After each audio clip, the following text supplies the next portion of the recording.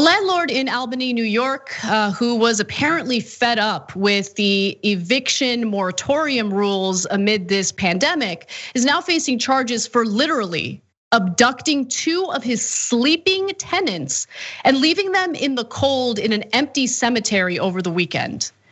This happened here in the United States. And the way that it happened was so vicious, so violent, so cruel that, I mean,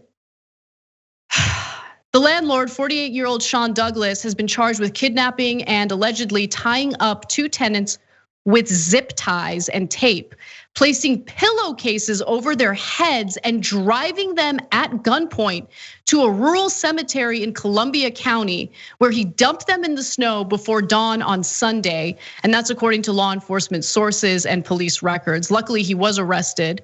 2 other people helped him do this, although no other people have been arrested.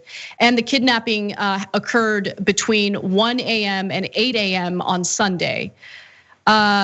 He was just frustrated that they're not paying their rent and they're protected under moratorium rules. And so he took matters into his own hands by literally kidnapping them in their sleep and dumping them in a cemetery in the middle of the night. I mean, what can you say? This story is absolutely horrible. I mean, it just, I'm surprised these things don't happen more often, especially in the context of an eviction moratorium without any sort of relief, right? I mean, had they done some sort of relief, it would have been totally different, because the problem is when you force these things to happen but don't make someone whole, then you create these incentives to do this. I mean, it's just at some point someone's gonna break. But yeah, I mean, in general, the commodified housing market in this country is just totally crazy. I mean, it's why we have so many homeless people. It's why we have such, skyrocketing cost of living. Rents are going up, housing prices are going up, but people's wages aren't going up. I mean, it's just everything about the housing market in the United States is just absolutely backwards. And this is just an example. It's like when there is an eviction moratorium, which I understand it has to happen. You cannot evict people in the middle of a pandemic.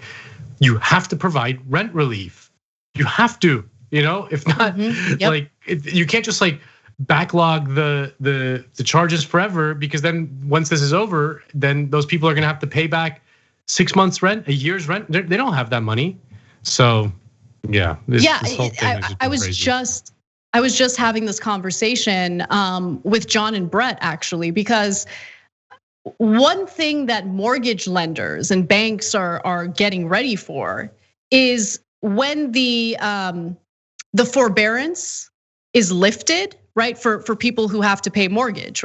Right now, if you are dealing with coronavirus related hardships, well, you don't necessarily have to pay your mortgage right now, but it's not that they're placing a freeze or a pause on your mortgage payments. No. What's happening is your mortgage payments are accumulating in the background. You're not getting evicted, but they're accumulating in the background. And once the forbearance is lifted, people owe tens of thousands of dollars in one large lump sum. And people can't afford that. So what the mortgage industry is getting ready for is massive foreclosures. Yeah. Because they know that people can't pay for that. And by the way, that's not being addressed at all by Congress, at all by the federal government. It's not even included in the $1.9 trillion coronavirus relief package that was proposed by Biden. It's not being debated by congressional lawmakers. It is on no one's radar other than mortgage lenders. And I'm gonna go ahead and take a wild guess and make a prediction here. Speculators, real estate developers, I'm sure they know what's going on. I'm sure they're preparing for this. I'm sure they're stacking paper, getting ready to buy foreclosed properties in cash so they can flip them. That's what happens. That's what this market is about. In the wake of the foreclosure crisis in 2009, major financial firms like BlackRock became, I think BlackRock's the largest landowner, basically landlord in the country. You're right. And if they don't do anything like what you're talking about in this round, we're gonna find ourselves in a situation where we're all living in a house owned by BlackRock, where the entire country is gonna be, every single piece of housing in every apartment in the country is gonna be owned by a single company, and they're just gonna be able to do whatever they want with us because that's what happens. I mean, it's just, yeah. I mean, housing policy never gets discussed. Yeah, it doesn't get discussed. Maybe, damn it.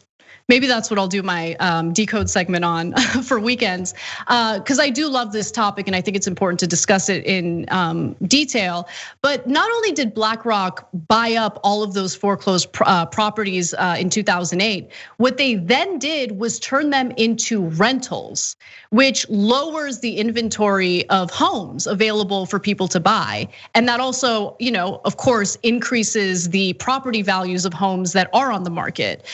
So it's just an incredibly disgusting system that preys on people who have fallen on hard times. And again, we don't even have federal lawmakers who are willing to do what it takes to deal with the situation. Thanks for watching the Young Turks. Really appreciate it. Another way to show support is through YouTube memberships. You'll get to interact with us more. There's live chat emojis, badges. You've got emojis of me, Anna, John, JR. So those are super fun. But you also get playback of our exclusive member-only shows and specials right after they air. So all of that, all you gotta do is click that join button right underneath the video. Thank you.